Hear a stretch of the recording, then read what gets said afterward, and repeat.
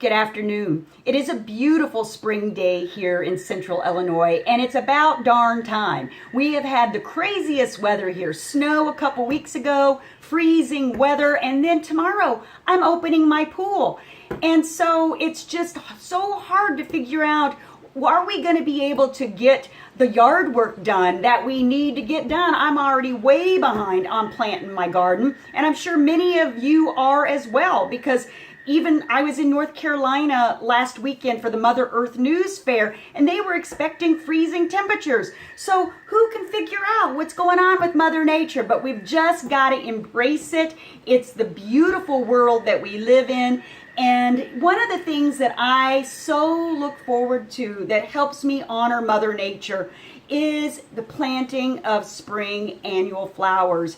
For each of us, when we plant annual flowers, it is that burst of color that we can plant in front or around our homes, and it gives us just this joy every time we walk by and see it. I don't know, it does for me. I love the color of annual flowers. However, I am frugal, and so spending hundreds of dollars on annuals really is something that I struggle with. So a couple of years ago, maybe more about 5 or 6, I stumbled upon something that has been my go-to for getting that annual burst of color with my favorite flower and not breaking the bank. Now, I don't know if you can see around here, but I have got my favorite flower, the impatient. And these are my 2 favorite colors, these light and hot pink. Now, I don't know if you think that I have just bought these, but I haven't. These I brought in last fall. And over the winter, in a nice sunny window, these have flowered all winter long for me. And it has just been the perfect remedy when I've had some of that cold weather, dreary day doldrums, and I needed to look around my kitchen and see these beautiful flowers. It gave me hope for the months that were coming where I could actually plant them. Now, I'm going to show you today, if you're an impatient fan like I am, how you can bring your flowers in the fall and then propagate them for nothing, the cost of some dirt, basically, or containers, or if you're like me, you reuse like Cool Whip containers or your pots from last year. So one of the first things you're going to do to propagate an impatient, and you have to kind of plan this out. I've been doing this for about 6 weeks because you've got to give the flower just enough time to root.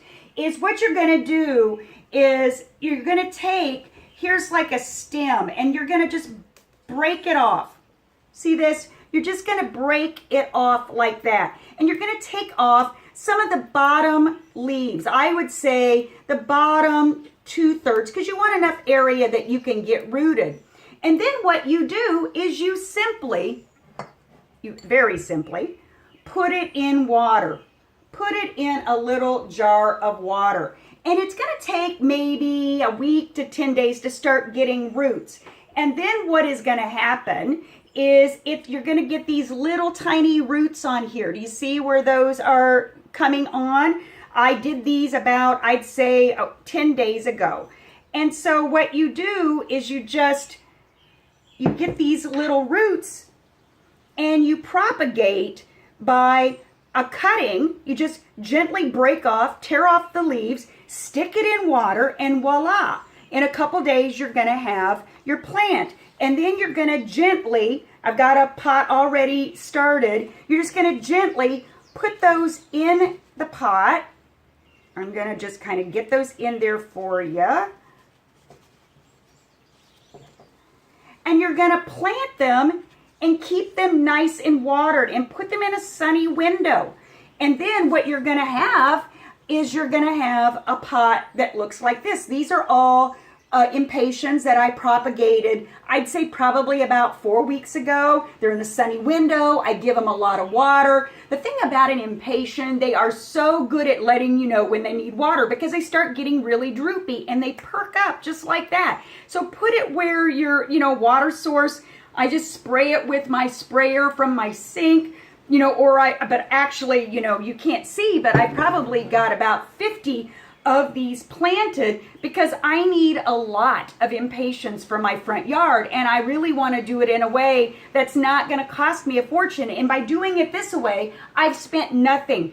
Last year, I probably spent, I don't know, $10 on impatiens. I planted some in pots at the end of the fall. I gathered what was in my yard, put them in pots, and brought them inside. And I have been able to propagate. I've got a lot of I'm going to show you kind of droopy leaves right here. These are the ones that I'm going to break off, and I'm going to get in water today. And so, I'll just kind of like break these off. Like I said, take the lower leaves off because I forgot to do that on some of them. And then I had leaves and roots kind of mixed together.